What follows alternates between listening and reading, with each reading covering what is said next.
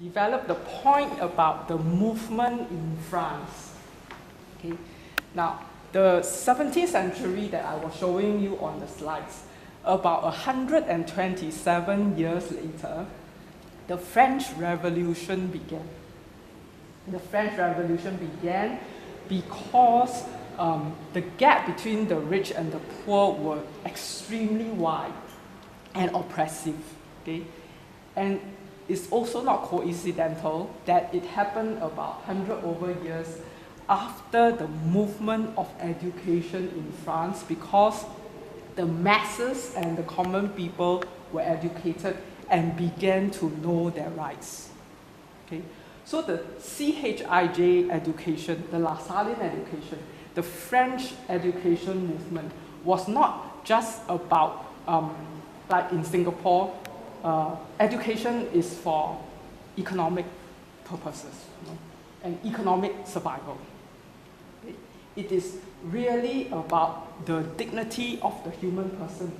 And it is not by chance that it took 100 over years and within those few generations that the awareness became different.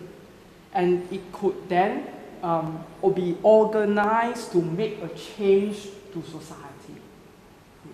So what does it mean for ourselves now? What difference does a CHIJ education make? What difference does St. Teresa's convent school make to migrant workers, to awareness of dignity, to the integration of the spiritual, physical, and human dimension of life, whether or not we have a religion and whatever religion that we are in?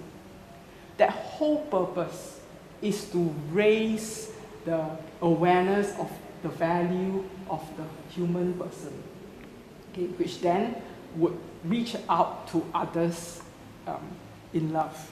Otherwise, might as well don't need to be a CHIJ school. What for to have its identity when if it has forgotten what she is about?